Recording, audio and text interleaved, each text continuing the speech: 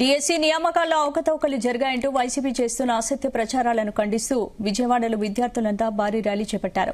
జంజీ with Lokesh పేరుతో చేపట్టిన ఈ ర్యాలీలో వందలాది మంది విద్యార్థులు పాల్గొన్నారు. విజయవాడలో విద్యార్థి సంఘాల ర్యాలీపై మరిన్ని అప్డేట్స్ మా ప్రతినిధి సుమ అందిస్తారు. లోకేష్ పైన వైసీపీ నేతలు ఆరోపిస్తున్న డిఎస్సీ పైన అక్రమాల పైన జంజీ యువత ఎవరైతే ఉన్నారో వాళ్ళందరూ కూడా మేము లోకేష్ కి అండగా ఉంటామంటూ కూడా ఒక ర్యాలీని అయితే నిర్వహించారు. చెప్పండి, అసలు ఎలా ఉండబోతుంది ఈ ర్యాలీకి సంబంధించి, ఎందుకని చేస్తున్నారు? ఈ రోజు రాష్ట్రంలో నిరుద్యోగులందరూ కూడా ఈ రోజు లోకేష్ గారితో నడుస్తూ ఉన్నారు. దానికి నిదర్శనమే ఈ రోజు రాష్ట్రంలో డిఎస్సీ నోటిఫికేషన్ వచ్చి రాగానే ఆ రోజు ఏదైతే యువకాలంలో హామీ ఇచ్చారో ఆ హామీని నిలబెట్టుకోవడం కోసం ఇచ్చిన టైం చెప్పారు. టైం లోపు డిఎస్సీ నోటిఫికేషన్ విడుదల చేసి దిగ్విజయంగా ఈ రోజు 5 సంవత్సరాలు రాష్ట్రాన్ని వదిలేసి పక్క రాష్ట్రాలకు వెళ్లి ఉద్యోగాలు చేసుకున్న వాళ్ళందరూ కూడా కుటుంబ ప్రభుత్వం వచ్చిన వెంటనే ఉద్యోగాలు రాశారు, ఉద్యోగాలు సాధించారు, రోజు ఉద్యోగాలు చేస్తా ఉన్నారు. అటువంటి ఉద్యోగాలు చేసిన వాళ్ళందరి మీద కూడా ఈ రోజు కావాలని కక్షపూరితంగా ఏదైతే జీరో డిఎస్సీగా జగన్మోహన్ రెడ్డికి పేరు వచ్చిందో ఆ పేరు శాశ్వతంగా తనకు ఉండిపోయిద్దనే భయంతో ఎవరో కూడా రాష్ట్రంలో డిఎస్సీ నిర్వహించకూడదని చెప్పి ఇలాంటి కుయుక్తులు పొంది ఈ రోజు రాజీనామా చేయాలని చెప్పి నాటకాలు ఆడుతూ ఉన్నాడు. ఎందుకు రాజీనామా చేయాలని మేము అడుగుతా ఉన్నాం. ఈ రోజు రాష్ట్రంలో నిరుద్యోగులు కానీ ఈ రోజు చదువుతున్న విద్యార్థులు కానీ అందరూ కూడా నారా లోకేష్ గారితో నడుస్తూ ఉన్నారు. దానికి భయపడి ఎక్కడైతే వాళ్ళు రాజకీయ మనుగడ పోయిద్దన్న భయంతోనే ఈరోజు వైసీపీ పార్టీ జంజీ వార్ అన్నారు. ఈరోజు ఆ వారిలో ఎవరున్నారు?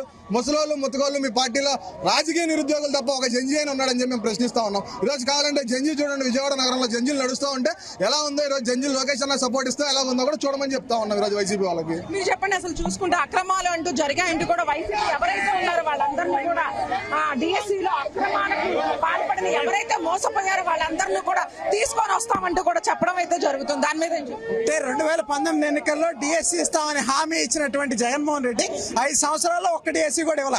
ఈ రోజు డిఎస్సీ అక్రమాలు జరిగినాయని మాట్లాడటం అనేది నిజంగా వాళ్ళకి నైతిక అర్హత కూడా లేదని కూడా ఈ సందర్భంగా తెలియజేస్తా ఉన్నాం. ఈ రోజు జెన్జీ వార్ పేరుతో ఒక కొత్త డ్రామాని తీసుకొస్తూ మనం చూస్తా ఉన్నాం. ఆ టెంట్ల నిండా ఎవరున్నారండి? జెన్జీ పేరుతో ఈ రోజు ముస్లిం ముత్తికనందరినీ కూడా తీసుకొచ్చి జెన్జీ వార్ పేరు చేపిస్తా ఉన్నారు. ఈ రోజు విజయవాడ నగరంలో జెన్జీ అంటే ఇది. ఈ రోజు జెన్జీ అందరూ కూడా విఆర్ విత్ లోకేష్ అని చెప్తా ఉన్నారంటే లోకేష్ గారి యొక్క నాయకత్వానికి ఇది నిరసనంగా ఉంటుందని తెలియజేస్తా ఉన్నాం. ఏదైతే ఉందో కొడాలి నాని అలాగే వల్లభనేని వంశీ కూడా ఉత్తర కుమారుడు అంటూ కూడా లోకేష్ అయితే వాపోవటం అయితే జరిగింది. దాని మీద ఏం చెప్తారు? ఈ గుడివాడ గుట్కా కూడా మాట్లాడుతూ ఒక మాట మాట్లాడాడు. మరి కేంద్ర ప్రభుత్వం కూడా మంత్రి రాజీనామా చేసే ముందు వరకు కూడా ఇది తప్పు అని ఒప్పుకోలేదు, తర్వాత ఒప్పుకున్నారని చెప్తా ఉన్నాడు. ఆనాడు మనం చూసుకుంటే స్పష్టంగా నీట్ ఎగ్జామ్ వ్యవహారంలో మరి నీట్ పేపర్ లీకేజ్ జరిగింది. తర్వాత కేంద్ర ప్రభుత్వం దాన్ని గుర్తించి మళ్ళీ ఎగ్జామ్ పెట్టింది. ఈరోజు ఆంధ్రప్రదేశ్ లో అటువంటి పరిస్థితి లేదే.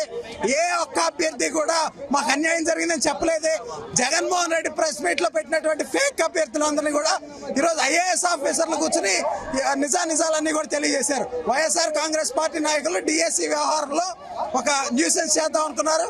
దాంట్లో అట్టర్ ఫెయిల్యూర్ అయ్యారని కూడా తెలియజేస్తా ఉన్నారు.